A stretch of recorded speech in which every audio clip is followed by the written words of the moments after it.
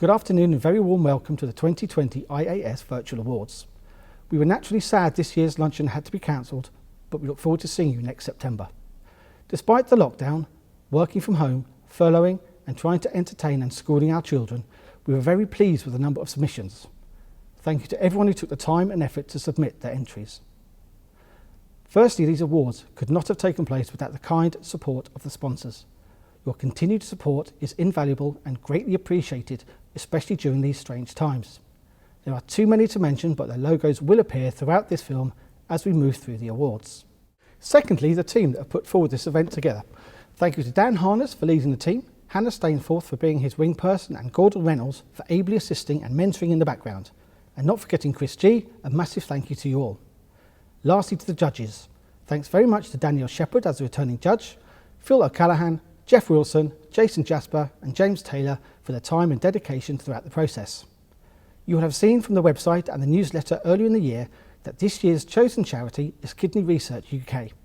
Sadly, with no events, no money has been raised, and it has been decided that we will continue to support this charity in 2021. Right then, on to the awards. The first of today's awards is a new category launched this year. This award is for the Deal of the Year under 50,000 square feet, sponsored by Prologis. To determine this award, our judges weighed up the entries in terms of the quality of the deal, and in particular, they were looking for a transaction that was rewarding for all parties. The shortlisted entries are Clipstone for 49 Oakcroft, Chessington, and LaSalle Investment Management and Equation Properties for Proxima Park, Waterlooville. The judges were impressed with the vision shown by the fund to reposition the asset, agreeing a pre-let and an extensive refurbishment and redesign to achieve a record rent for the area. I would like to hand over to Paul Weston of Prologis to announce the winner. And I'm delighted to say the winner is Clipstone for 49 Oakcroft, Chessington.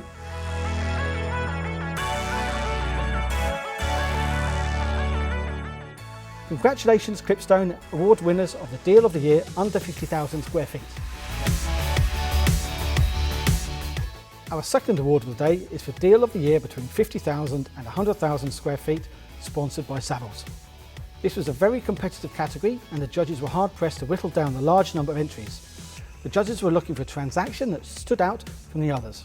The shortlist is HBD for Butterfield Business Park, Luton, Stowford for Plot 1 Exeter Logistics Park, Buccleuch Properties for Satgol RDC Kettering, and Canmore for Building 6502 Birmingham Business Park.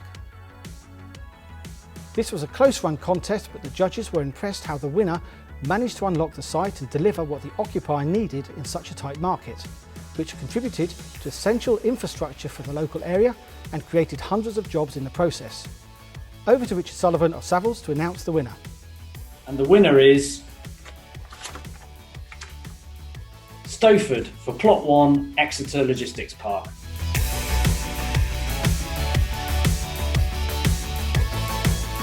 Many congratulations to Stowford, winner of the Deal of the Year between 50,000 and 100,000 square feet. Now, over to Dan Harness for the next category. Thanks, Peter. Our third award is for the Deal of the Year between 100 and 250,000 square foot, sponsored by Logicor. The judges were looking for a transaction that best illustrated creativity and commercial acumen, which was rewarding for all parties. The shortlisted parties are St Modwin for St Modwin Park Access 18, Avonmouth, PLP for Bessemer Park, Sheffield, Canmore for Valor Park, Heathrow, and HBD for Sunderland Innovation Centre. The judges were impressed by the courage shown to speculatively develop in this location whilst working alongside the local authority to deliver sustainable urban redevelopment. This resulted in the pre-let prior to practical completion at a new record rent in the area to a manufacturer. Please welcome Charlie Howard of Logicor, who will announce the winner. And the winner is PLP for Bessemer Park, Sheffield.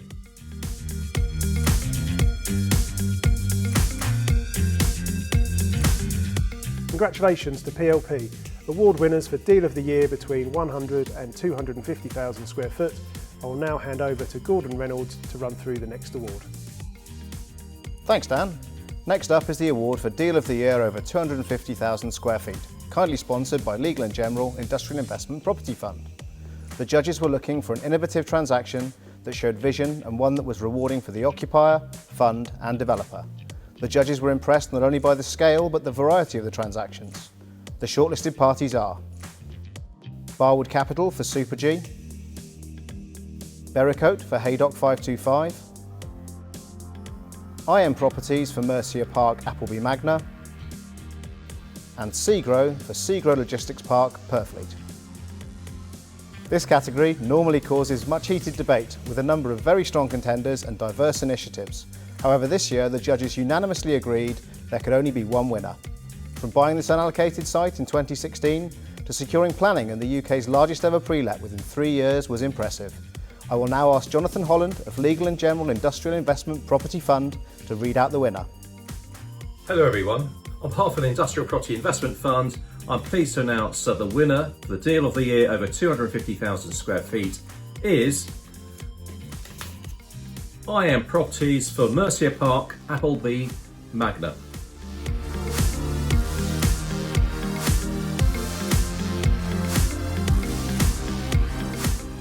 Congratulations to IM Properties, awards winner for Deal of the Year over 250,000 square feet.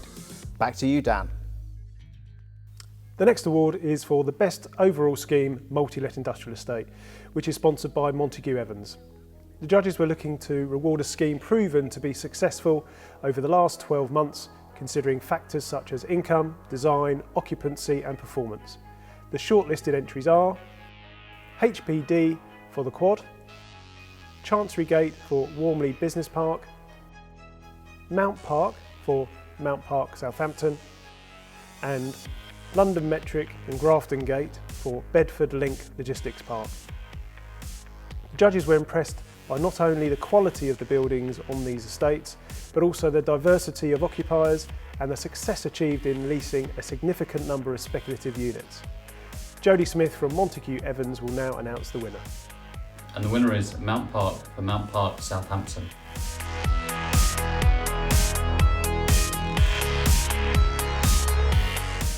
Congratulations to Mount Park, award winner for the Best Overall Scheme Multi-Let Industrial Estate.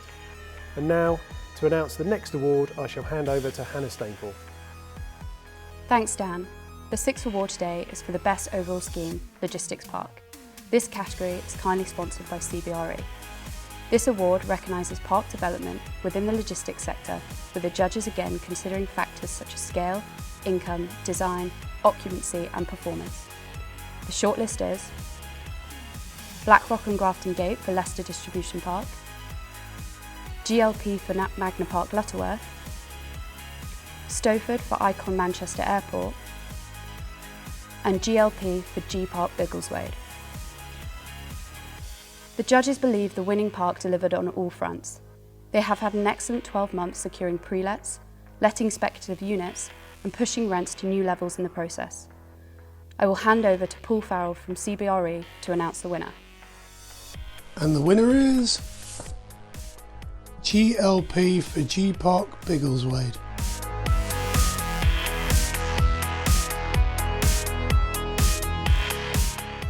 Congratulations to GLP for G Park Biggleswade, award winners of Best Overall Scheme Logistics Park. Now on to the Best Investment Transaction Award sponsored by the Industrial Agents Society. The industrial investment market goes from strength to strength as investors continue to see great returns from our sector. This year's entries showed some excellent agency skills in a highly competitive market. The finalists are Segro for Orion Park Dagenham and Barwood Capital for Super G. The judges were impressed by both entries but felt that the performance of the winning entry delivered excellent returns for the investors. Over to Gordon Reynolds, Vice Chairman of the IAS, to reveal the winner of this category. And the winner is Barwood Capital for Super G.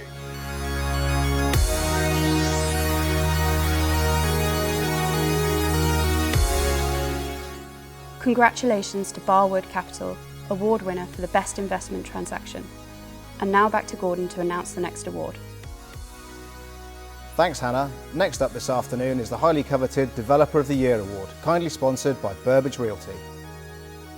We asked developers to nominate themselves if they considered they could demonstrate significant activity and an in-depth understanding of the industrial and logistics market over the past 12 months. The judges shortlisted 6 developers, and the winner was decided following a vote by IAS members. The shortlist is Wrenbridge, IM Properties, GLP, Mount Park, HBD and St Maldwyn. I will now hand over to Mark Thomas from Burbage Realty to announce the winner of this prestigious title. And the winner is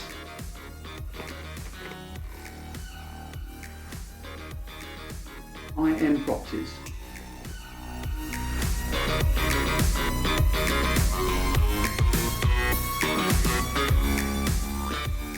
Congratulations again to IM Properties, winner of the Developer of the Year.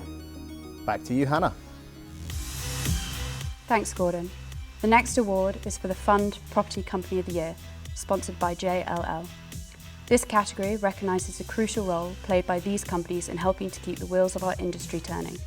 Once again, the judges shortlisted 3 companies and the winner was decided following a vote by IAS agency members. The 3 finalists are Logical, Segro and IPIF. Andy Harding from JLL will now announce the winner. And the winner is Logical. Congratulations.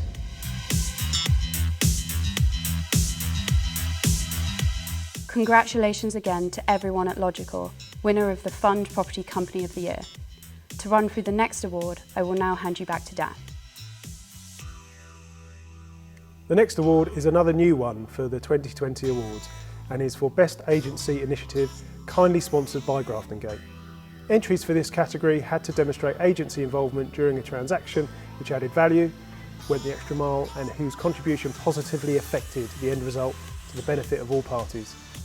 Nominations were put forward by IAS members, developers and funders, and the shortlist is Adroit Real Estate for Panatone Park, Luton, and MK2 for Hastingwood Industrial Park. I'll now ask Colin Beasley from Grafton Gate to announce the winner of this inaugural award.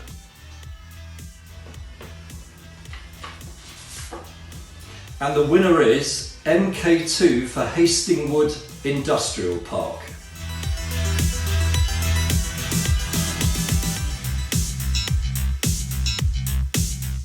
Congratulations again to everyone at MK2, winner of the inaugural Best Agency Initiative Award. Now, to go through our final 2 awards this afternoon is IAS Chairman Peter Freeman. Thanks, Dan.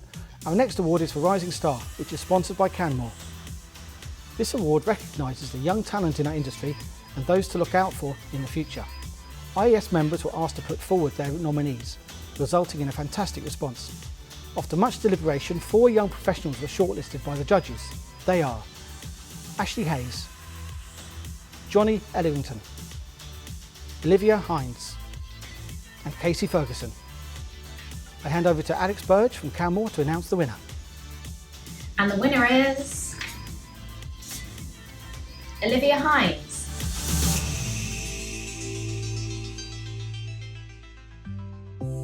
Well done to Olivia Hines. Be sure to watch out for her, the other 3 finalists and all the youngsters in the future. The last award today is for the outstanding contribution to the industry, sponsored by Verdian. This year's winner has had 40 years experience in the UK industrial market, over which time the sector has gone from being the poor relation to a must-have within any fund manager's portfolio. He started his career at Hillier Parker, May and Rowden, now CBRE, then worked in South Africa for 3 years, before spending 15 years at Weatherall Green & Smith, now BNP. He joined GVA in 2001, where he led the National Industrial and Distribution Team with responsibility for the acquisition, development and leasing of major distribution parks across the UK for developers and investor clients. His interests include cycling, badly, fishing, poorly, and wine, fairly accomplished. I will now hand over to Michael Hughes of Verdian to announce the winner. This year's award for an outstanding contribution to the industry goes to Nick Collins. Congratulations, Nick. Thanks, Michael. Now let's hear from the man himself. Mr. Chairman, ladies and gentlemen, I am absolutely delighted to accept this award. It's most generous of you, but it sure is a big, big surprise. If I'd been receiving this from the hospitality industry for all the money I've spent in pubs, clubs and restaurants over the last 40 years, then I could understand it. But anyway, since this was announced a few weeks ago, I've received many messages of congratulations and abuse in equal measure from the likes of my good friend Jim Frankis of Frankis Porter, who said, "Nick, very well done, you old fart, but I didn't realise you dealt with industrial property. I thought you were a wine sommelier." And that's one of the more polite ones. But on a serious note, I do feel very honoured to follow in the footsteps of Andy Griffiths of Prologis and Paul Graham of DHL.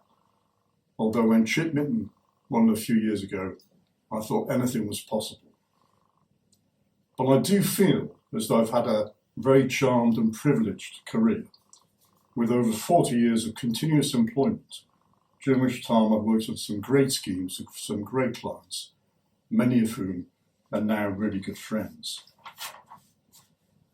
And I mean, in what other industry you get given John Lewis vouchers and wine for doing your day job, taken on ski trips, to rugby internationals, and eat at the finest restaurants?